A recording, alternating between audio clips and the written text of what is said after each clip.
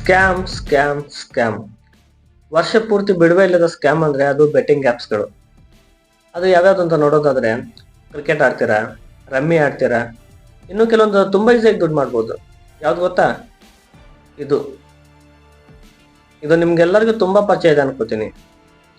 10x 50x 100x ಅದು ಹಾರ್ತಾ ಹೋದಂಗೆ ಚಕ್ಕ ಚಕ್ಕ ಚಕ್ಕ ಅಂತ ದುಡ್ಡು ಎಣಿಸ್ಬೋದು ಅಲ್ವಾ? ವಿಡ್ರಾ ಕೂಡ ಮಾಡ್ಕೋತೀರಾ. ಇದು ನಮ್ದು ಭ್ರಮೆ ಫ್ರೆಂಡ್ಸ್. ಯಾಕಂದ್ರೆ ಎಷ್ಟೋ ಜನರು ಜೀವನನ ಹಾಳು ಮಾಡಿಕೊಂಡು ಮತ್ತೆ ಅವ್ರ ಜೀವನನ ರೂಪಿಸ್ಕೊಳ್ಳೋಕೆ ಆಗದಷ್ಟು ಮಟ್ಟಕ್ಕೆ ಹೋಗಿದ್ದಾರೆ. ಇನ್ನು ಕೆಲವರು ಮಾಡ್ಕೊಂಡಿದ್ದಾರೆ. ಇದು ಒಂದೇ ಘಟನೆ ಅಲ್ಲ ಫ್ರೆಂಡ್ಸ್, ಇಂಥ ಸುಮಾರು ಘಟನೆಗಳನ್ನ ಪ್ರತಿದಿನ ಕೂಡ ನಾವು ಕಾಣ್ತಾ ಇದ್ದೀವಿ. ಬೆಟ್ಟಿಂಗ್ಗೆ 6 ಮಂದಿ ಬಲಿಯಾಗಿದ್ದಾರೆ. ಜೂಜು ನಮ್ ದುರದೃಷ್ಟ ಏನ್ ಗೊತ್ತಾ? ಈ ಬೆಟ್ಟಿಂಗ್ ಆ್ಯಪ್ಸ್ ಗಳನ್ನ ಪ್ರಮೋಷನ್ ಮಾಡೋರು ದೊಡ್ಡ ದೊಡ್ಡ ಸೆಲೆಬ್ರಿಟಿಗಳು. ಇನ್ನೂ ಒಂದು ದುರದೃಷ್ಟ ಏನ್ ಗೊತ್ತಾ? ಇವಾಗ ಈ ಚಿಕ್ಕ ಪುಟ್ಟ ಯೂಟ್ಯೂಬರ್ಸ್ ಕೂಡ ಈ ಬೆಟ್ಟಿಂಗ್ ಆ್ಯಪ್ಸ್ ನ ಪ್ರಮೋಷನ್ ಮಾಡ್ತಾ ಇದ್ದಾರೆ.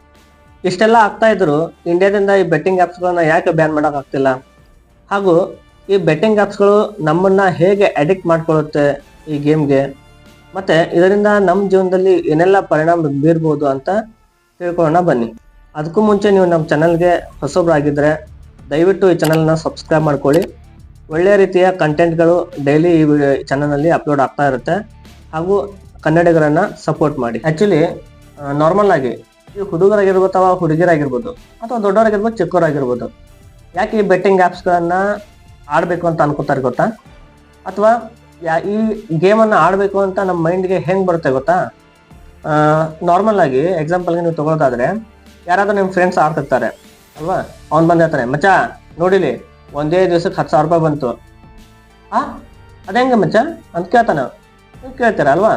ಸೊ ಅವಾಗ ಅವ್ನು ಹೇಳ್ತಾನೆ, ನೋಡಿಲಿ ನಾ ಈ ಗೇಮ್ ಆಡ್ತಾ ಇದ್ದೀನಿ, ಒಂದೇ ತಾಸು ಒಳಗಡೆ 10,000 ರೂಪಾಯಿ ಬಂತು. ಮಚ್ಚ ನೋಡಿಲಿ ಡೈಲಿ 5,000 ಮಾಡಿದ್ರೆ ತಿಂಗಳಿಗೆ ಅದೇ 1.5 ಲಕ್ಷ ಆಗುತ್ತೆ. ವರ್ಷಕ್ಕೆ ಎಷ್ಟಾಗುತ್ತೆ ಹೇಳು? 18 ಲಕ್ಷ ರೂಪಾಯಿ. ದುಡಿಯೋಕೆ ಹೋಗೋದೇ ಬೇಡ, ಡೈಲಿ ಬರೀ 2,000 ಹಾಕೋದು 5,000 ಮಾಡೋದು ಸಾಕು, ನಮ್ಗೆ ಇಷ್ಟೇ ಸಾಕು, ಎಲ್ಲಿ ದುಡಿಯೋದು ಬೇಡ ಏನು ಬೇಡ, ಇದ್ರೆ ಬೇಜಾನ್ ದುಡ್ಡು ಮಾಡ್ಬೋದು ಮಚ್ಚ ಅಂತ ಹೇಳ್ತಾನೆ. ಅವಾಗ ನಿಮ್ಮ ಮೈಂಡಿಗೆ ಏನು ಬರುತ್ತೆ? ಹೌದಲ್ಲ, ನನ್ನ ಫ್ರೆಂಡ್ ಆಡ್ತಾ ಇದ್ದಾನೆ. ಅವಾಗ ನೀವು ಕೇಳ್ತೀರ, ಮಚ್ಚ ಇದು ವಿಡ್ರಾ ಆಗುತ್ತಾ? ಅಕ್ಕ ಆಗತ್ಲೇ ನೋಡಿಲಿ ಅಂತ ತೋರಿಸ್ತಾನೆ. ಅವಾಗ ನೀವೇನು ಮಾಡ್ತೀರಾ? ಅವಾಗ ನಿಮಗೂ ಯೋಚನೆ ಬರುತ್ತೆ, ಹೌದಲ್ಲ, ಹಾಗಾದ್ರೆ ನಾನು ಏನು ಮಾಡ್ಬೋದು, 5,000 ಹಾಕಿ ದಿನ 5,000 ಏನು ಮಾಡಿದ್ರೆ ವಿಡ್ರಾ ಮಾಡ್ಕೊಂಡ್ರೆ ಸಾಕು ಅಂತ ನೀವು ಅನ್ಕೋತೀರ. ಸೊ ಹೀಗೆ ನಿಮ್ಮ ಮೈಂಡ್ಗೆ ಏನಾಗುತ್ತೆ, ಈ ಬೆಟ್ಟಿಂಗ್ ಆ್ಯಪ್ಸ್ಗಳು ಈ ಗೇಮ್ಸ್ಗಳು ನಿಮ್ಮ ಮೈಂಡಿಗೆ ಬರ್ತಾ ಹೋಗುತ್ತೆ. ಸೊ ಅವಾಗ ಏನು ಮಾಡ್ತೀರಾ? ನೀವು ಈ ಗೇಮ್ಸ್ನ ಈ ಬೆಟ್ಟಿಂಗ್ಸ್ನ ಆಡೋಕ್ಕೆ ಸ್ಟಾರ್ಟ್ ಮಾಡ್ತೀರಾ. ಫ್ರೆಂಡ್ಸ್, ಈ ಬೆಟ್ಟಿಂಗ್ ಆ್ಯಪ್ಸ್ಗಳೆಲ್ಲ ಈ ಗೇಮ್ಗಳೆಲ್ಲ ಒಂಥರ ಕಂಪ್ಯೂಟರ್ ಸಿಸ್ಟಮ್ಯಾಟಿಕ್ ಸೆಟ್ಟಿಂಗ್ ಫ್ರೆಂಡ್ಸ್. ಇವ್ರು ಮೊದಲು ನಮ್ಮ ಮೈಂಡ್ನ ಹೆಂಗೆ ಸೆಟ್ ಮಾಡ್ತಾರೆ ಅಂತಂದರೆ, ಸ್ಟಾರ್ಟಿಂಗಲ್ಲಿ ನೀವು 2,000 ಹಾಕಿದ್ರಿ ಅಂತ ಅನ್ಕೊಳ್ಳೋಣ. ಓಕೆ, ಸ್ಟಾರ್ಟಿಂಗಲ್ಲಿ ಅವ್ರು ಏನು ಮಾಡ್ತಾರೆ, ನೋಡ್ತಾರೆ, ಹೊಸ ಪ್ರೊಫೈಲು ಹೊಸದಾಗಿ ಏನು ಮಾಡಿದಾನೆ, ಲಾಗಿನ್ ಮಾಡಿದ್ದಾನೆ, ಇನ್ನು ಪ್ರಾಫಿಟ್ ಮಾಡಿಸು ಅಂತೇಳಿ ಸ್ಟಾರ್ಟಿಂಗ್ ಏನು ಮಾಡ್ತಾರೆ, 5,000 to 10,000 ರೂಪಾಯಿ ನಿಮಗೆ ಪ್ರಾಫಿಟ್ ಆಗುವಾಗೆ ಮೊದಲು ಸೆಟ್ ಮಾಡ್ತಾರೆ ಕಂಪ್ಯೂಟ್ರಲ್ಲಿ. ಓಕೆ, ಸೆಟ್ ಮಾಡಿದ ತಕ್ಷಣ ಸೊ ನೀವು ಸ್ಟಾರ್ಟಿಂಗ್ 2,000 ರೂಪಾಯಿ ಹಾಕ್ತೀರಾ. ಹಾಕಿದ ತಕ್ಷಣ ನೀವೇನು ಮಾಡ್ತಾ ಆಡ್ತಾ ಹೋಗ್ತೀರಾ. ಆಮೇಲೆ ಲಾಸು ಲಾಭ ಆಗಿ ಅದೇ ರೀತಿ ಆಡ್ತಾ 5,000 to 10,000 ರೂಪಾಯಿ ನಿಮ್ಗೆ ಲಾಭ ಆಗುತ್ತೆ. ಅವಾಗ ನಿಮ್ಮ ಮೈಂಡಿಗೆ ಏನು ಬರುತ್ತೆ, 10,000 to 15,000 ಬಂತು.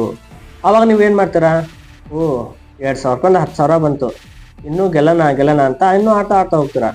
ಆಡ್ತಾ ಹೋದಂಗೆಲ್ಲ 20,000 to 25,000 ರೂಪಾಯಿ ನಿಮ್ಗೇನಾಗುತ್ತೆ, ಪ್ರಾಫಿಟ್ ಆಗುತ್ತೆ. ಏನು ಗುರು, 2,000 ಹಾಕಿನೂ 1 ಗಂಟೆ ಕೂಡ ಆಗಿಲ್ಲ, ಆಲ್ರೆಡಿ 20,000 to 25,000. ಒಳ್ಳೆ ಚಾನ್ಸು ಮಾಚ ದುಡ್ಡು ಮಾಡಲಿಕ್ಕೆ ಅಂತ ಹೇಳಿಬಿಟ್ಟು ಸೊ ಇನ್ನೂ ಆಡ್ತಾ ಹೋಗ್ತೀರಾ. ಕೊನೆಗೆ ಡೈರೆಕ್ಟಾಗಿ ಒಂದೇ ಸಲ ನೀವು ಹಾಕಿದ 2,000 ರೂಪಾಯಿ ಕೂಡ ಇರಲ್ಲ, ಏನು ಕೂಡ ಉಳಿಯಲ್ಲ, ಎಲ್ಲ ಹಾರೋಗುತ್ತೆ. ಲಾಸ್ಟಲ್ಲಿ ಕೊನೆಯದಾಗಿ ನಿಮ್ಮ ಅಕೌಂಟಲ್ಲಿ 700 to 300 ರೂಪಾಯಿ ಉಳಿಯೋಗೆ ಮಾಡ್ತಾರೆ.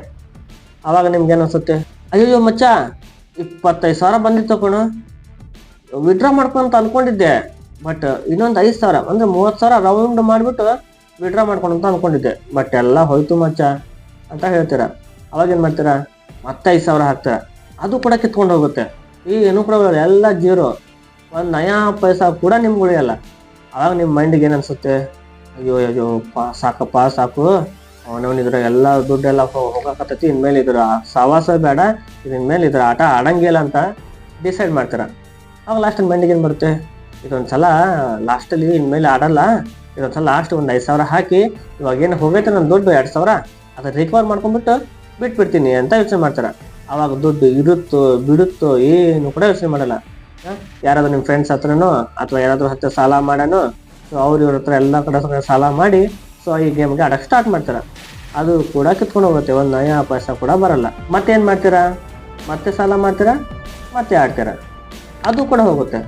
ಮತ್ತೆ ಮತ್ತೆ ಮತ್ತೆ ಸಾಲ ಮಾಡ್ತೀರಾ, ಅವ್ರು ಇವ್ರ ಹತ್ರ ಇಸ್ಕೊಂಡು ಅಥವಾ ಲೋನ್ ತೊಗೊಂಡ್ಬಿಟ್ಟು ಇದೊಂಥರ ಅಂದರೆ ಮೈಂಡಲ್ಲಿ ಒಂಥರ ಸೆಟ್ ಆಗಿಬಿಟ್ಟಿರುತ್ತೆ.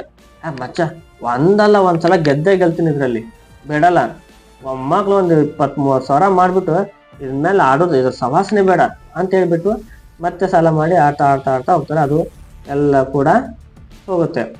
ಸೊ ಅವಾಗ ಅವ್ರಿಗೆ ಅರ್ಥ ಆಗುತ್ತೆ, ನೀವು ಯಾವಾಗ ಪದೇ ಸೋತಾಗ ಪದೇ ಡೆಪಾಸಿಟ್ ಮಾಡಿ ಆ ಗೇಮ್ ಆಡ್ತೀರಾ, ಅವ್ರಿಗೆ ಅರ್ಥ ಆಗುತ್ತೆ ಇದು ಬಲಿಕ ಬಕ್ರ, ಬಿಡಬೇಡಿ ಕಡೀರಿ ಅಂತ.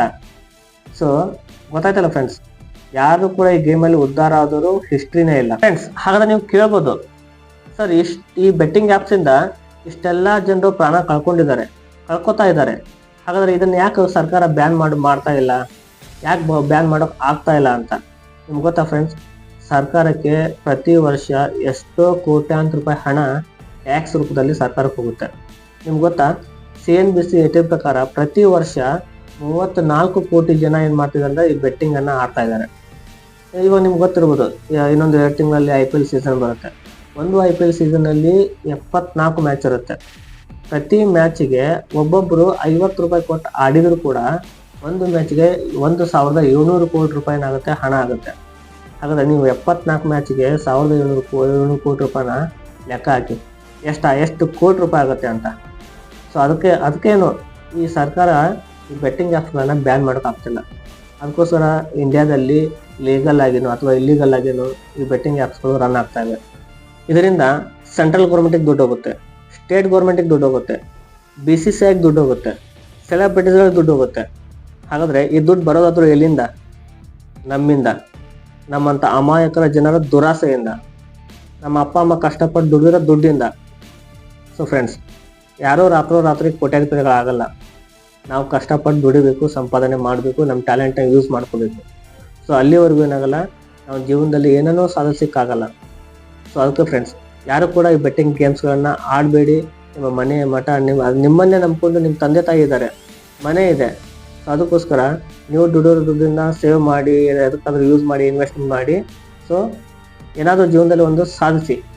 ಈ ಬೆಟ್ಟಿಂಗ್ ಗೇಮ್ಸಿಂದ, ಈ ಆ್ಯಪ್ಸ್ಗಳಿಂದ ಯಾರೂ ಕೂಡ ದುಡ್ಡು ಮಾಡೋಕ್ಕಾಗಲ್ಲ, ಯಾರೂ ರಾತ್ರಿ ದುಡ್ಡು ಮಾಡೋಕೆ ಕೂಡ ಆಗಲ್ಲ. ಸೊ ಅದಕ್ಕೋಸ್ಕರ ದಯವಿಟ್ಟು ನಿಮ್ಮ ಕೈ ಮುಗಿದು ಹೇಳ್ಕೊತೀನಿ, ಸೊ ಈ ಬೆಟ್ಟಿಂಗ್ ಆ್ಯಪ್ಸ್ಗಳನ್ನು, ಈ ಗೇಮ್ಸ್ನ ಸಹವಾಸ ಯಾವತ್ತೂ ನಿಮಗೆ ಬೇಡ. ಓಕೆ, ಎಷ್ಟೋ ಜನರು ಈ ಆನ್ಲೈನ್ ಬೆಟ್ಟಿಂಗ್ ಆ್ಯಪ್ಸನ್ನು ಬ್ಯಾನ್ ಮಾಡಬೇಕು ಅಂತ ಕ್ಯಾಂಪೇನ್ ಶುರು ಮಾಡಿದ್ದಾರೆ. ಇದಕ್ಕೆಲ್ಲ ನಿಮ್ಮ ಸಪೋರ್ಟ್ ಬೇಕು. ಸೊ ನೀವು ಕೂಡ ಆಡಬೇಡಿ. ಯಾರನ್ನೂ ಕೂಡ ಆಡೋರಿದ್ದರೆ ಅವ್ರಿಗೆ ಸ್ವಲ್ಪ ಬುದ್ಧಿವಾದ ಹೇಳಿಬಿಟ್ಟು ಸೊ ನೀವು ಕೂಡ ಅದನ್ನು ಬಿಡಿಸಿ. ಇದರಿಂದ ಎಷ್ಟೋ ಜನರ ಜೀವನ ಹಾಳಾಗಿದೆ, ಎಷ್ಟೋ ಜನರ ಮನೆ ಹಾಳಾಗಿದೆ, ಎಷ್ಟೋ ಜನ ಹೊಲ ಮನೆ ಮಠ ಮಾರ್ಕೊಂಡು ಹೋಗಿದ್ದಾರೆ, ಎಷ್ಟೋ ಜನ ಸೂಸೈಡ್ ಕೂಡ ಮಾಡ್ಕೊಂಡಿದ್ದಾರೆ, ಎಷ್ಟೋ ಜನರು ಇದರಿಂದ ಅಡಿಕ್ಷನಿಂದ ಮಾನಸಿಕವಾಗಿ ಹುಚ್ಚಾಸ್ಪತ್ರೆಯಲ್ಲಿದ್ದಾರೆ. ಸೊ ಅದಕ್ಕೋಸ್ಕರ ಈ ಗೇಮ್ಸ್ನ ಯಾವತ್ತೂ ಕೂಡ ಆಡೋಕೆ ಹೋಗಬೇಡಿ. ಸೊ ಫ್ರೆಂಡ್ಸ್, ಇದಾಗಿತ್ತು ಇವತ್ತಿನ ವಿಡಿಯೋ. ಈ ವಿಡಿಯೋ ಇಷ್ಟ ಆಗಿದ್ದರೆ ಲೈಕ್ ಮಾಡಿ, ಹಾಗೂ ಇದನ್ನು ಸಾಕಷ್ಟು ಜನರಿಗೆ ಶೇರ್ ಮಾಡಿ. ಮತ್ತೆ ಹೊಸ ವಿಡಿಯೋದೊಂದಿಗೆ ಮತ್ತೆ ಸಿಗ್ತೀನಿ. ಅಲ್ಲಿವರೆಗೂ ಟಾಟಾ, ಬಾಯ್ ಬಾಯ್. ಯುಟೆಕ್ ಕನ್ನಡ ಸದಾ ನಿಮ್ಮೊಂದಿಗೆ.